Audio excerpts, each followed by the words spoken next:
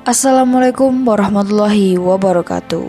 Halo semuanya, selamat datang di channel YouTube MY Film. Kali ini kita akan membahas sinopsis film 12 menit untuk selamanya dalam sudut pandang saya. Oke, tanpa berlama-lama, langsung kita bahas saja alur cerita filmnya.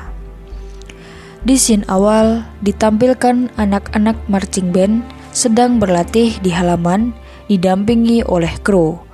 Sedangkan Rene dan manajer sedang berbincang di kantor bagaimana nasib marching band Bontang ini karena masih banyak kekurangan, termasuk kekurangan personel, padahal lomba sudah semakin dekat. Rene adalah pelatih yang ditunjuk untuk melatih anak Bontang Kaltim yang dipersiapkan untuk perlombaan marching band di Jakarta. Scene berlanjut di sebuah pesawat terbang yang baru saja mendarat. Itu adalah Ilen dan keluarganya. Ia adalah anak dari Jakarta yang baru saja pindah ke Bontang dikarenakan papanya ada pekerjaan dan proyek di Bontang.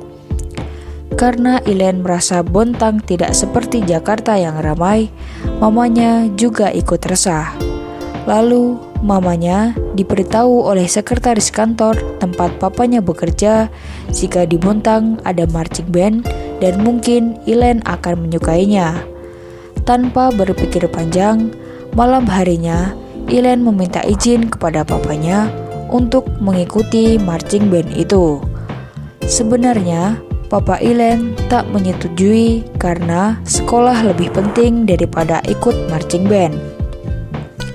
Namun, beberapa syarat yang diberikan papanya pada Ilen dan Ilen berjanji akan melakukannya, maka papanya pun memberikan izin. Keesokan harinya, Ilen mendaftar dan bertemu dengan Rene, sang pelatih. Dulu, sewaktu di Jakarta, Ilen memang pernah mengikuti marching band sebagai field commander. Di sini ia juga meminta menjadi field commander. Namun posisi itu telah ditempati oleh seorang laki-laki yang bernama Roni yang lebih dulu telah bergabung di marching band Bontang. Kemudian scene berganti di sebuah rumah yang dihuni oleh Lahang dan bapaknya. Lahang adalah salah satu personel marching band yang mempunyai kendala saat latihan, yaitu harus mengurus bapaknya yang sakit keras. Lahang hanya memiliki seorang bapak, dan maka dari itu dia sangat mengurus bapaknya dengan baik agar bapaknya cepat sembuh. Lahang merasa bingung, apakah ia harus pergi ke Jakarta untuk bertanding ataupun tetap di Bontang untuk mengurus bapaknya. Scene berlanjut di sebuah rawa. Rene, sang pelatih yang sedang berjalan-jalan, tidak sengaja mendengar ada suara seperti pukulan drum, yang ternyata kaleng bekas yang disusun di dekat rawa dan dimainkan oleh Tara. Tara adalah anak tunarungu. Dia tidak bisa mendengar karena pernah mengalami kecelakaan dengan ayahnya hingga sang ayah meninggal dan dia menjadi tuli. Tara tinggal bersama nenek dan kakeknya karena ibunya masih keluar negeri untuk meneruskan pendidikan.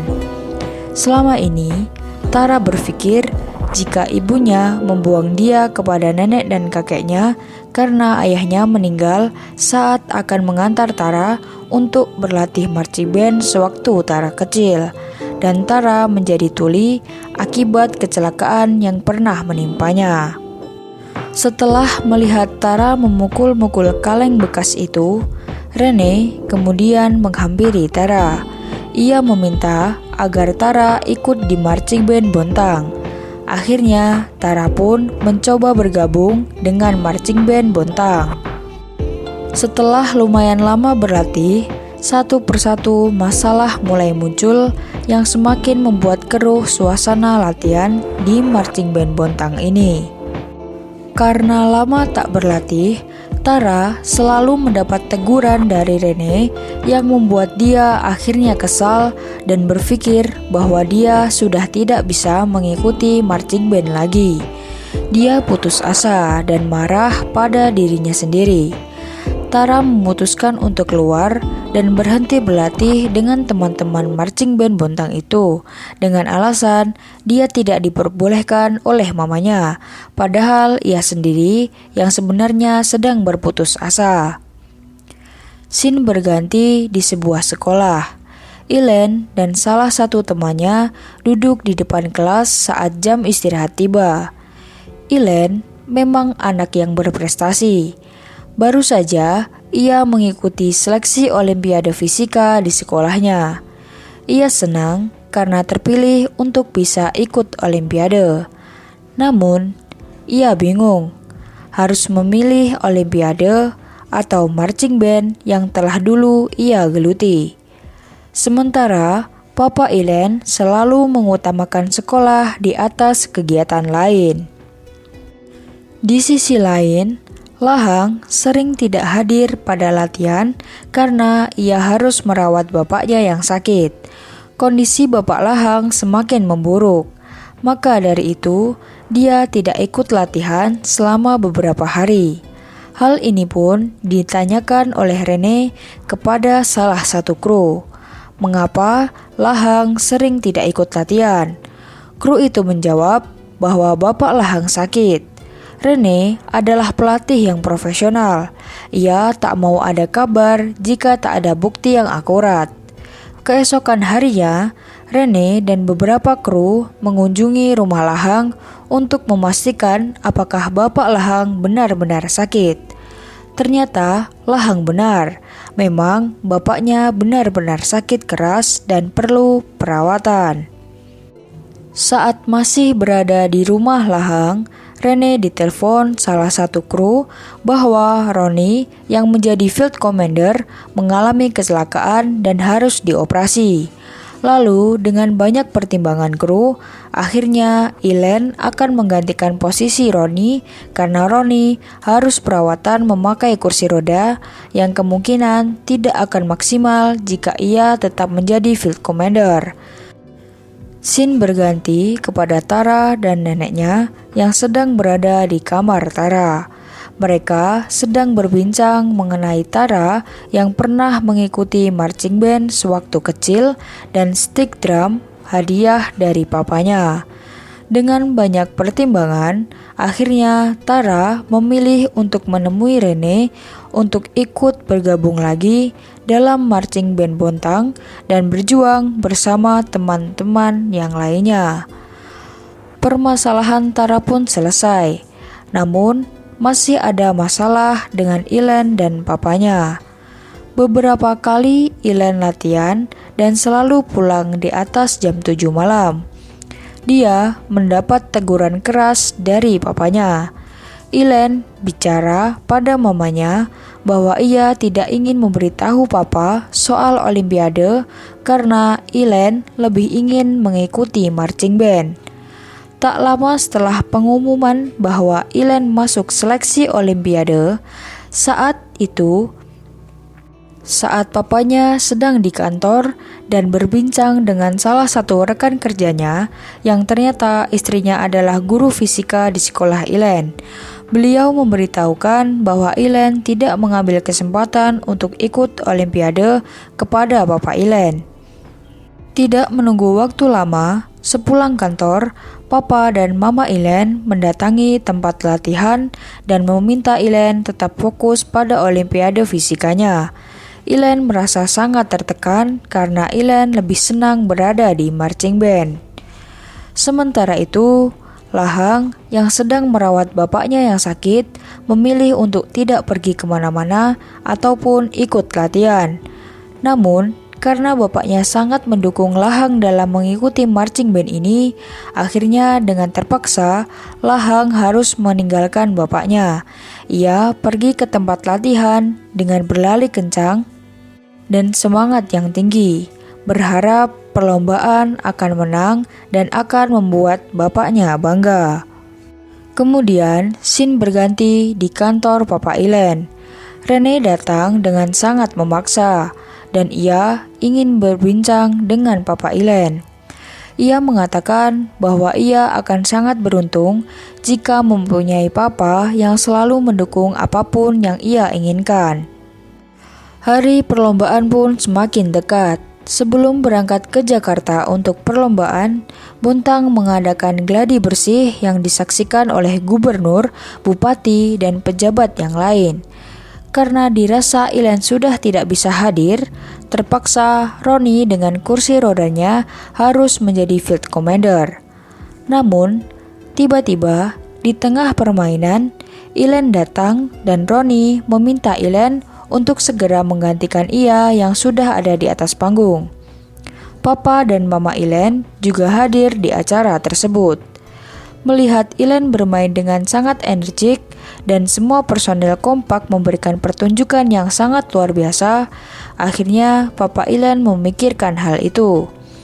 Selesai acara, Papa Ilen dan Ilen berbincang. Lagi-lagi, Ilen meminta izin kepada papanya. Namun, meskipun telah melihat kemampuan anaknya, Papa Ilen masih tidak mengizinkan.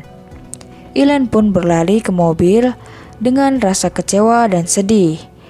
Pada saat itu, Papa Ilen melihat sarung tangan milik Ilen yang jatuh tepat di depannya.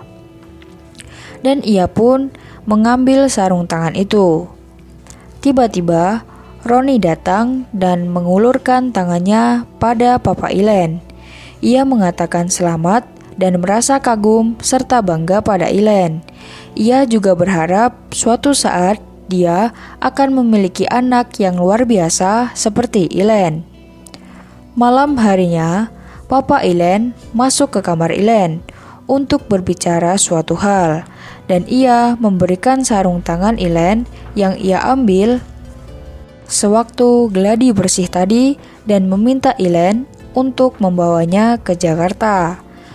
Yang otomatis papanya tiba-tiba mengizinkan dia untuk mengikuti lomba marching band itu ke Jakarta. Hari yang telah dinanti pun tiba. Mereka bersama-sama dengan manajer, pelatih, serta kru berangkat ke Jakarta.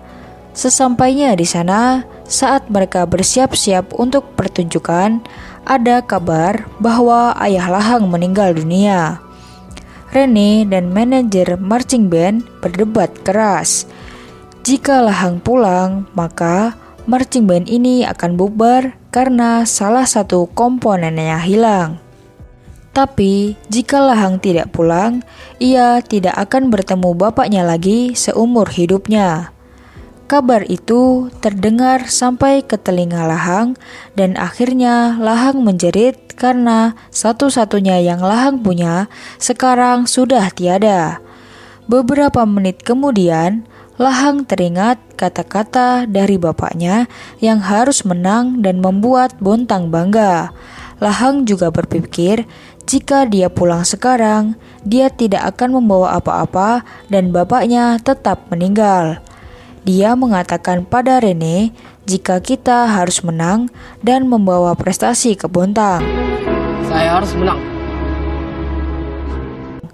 Karena bapaknya di sana akan sangat bangga walaupun sudah tidak akan bertemu lagi. Setelah itu, mereka dan personil marching band Bontang lainnya bersiap untuk perlombaan. Dengan briefing dari sang pelatih, mereka akan menampilkan yang terbaik dengan semangat juang yang tinggi.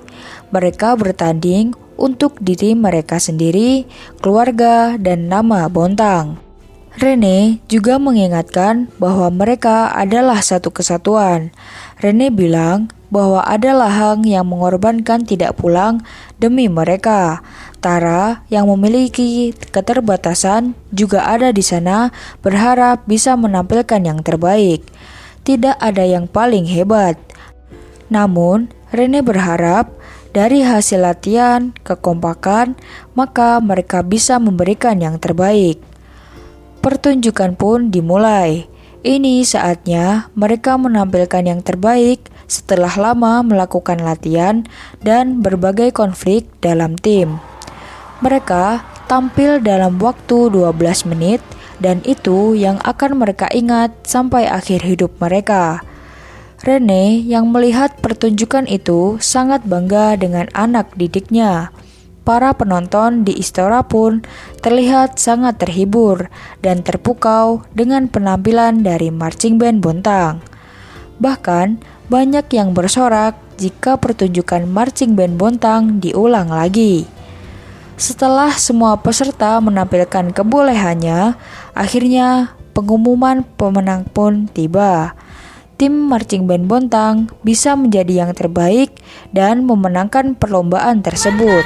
Selamat untuk marching band Bontang. Nah, itu tadi alur cerita filmnya. Pesan yang bisa diambil dari film ini ada banyak. Yang pasti, pantang menyerah dan tidak egois.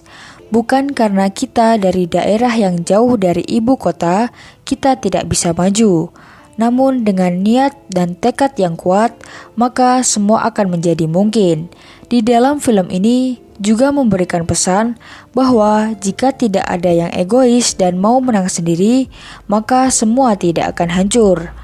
Berani berkorban untuk amanah yang sudah diletakkan pada pundak masing-masing, dan ingat, kita adalah makhluk sosial yang akan selalu membutuhkan orang lain.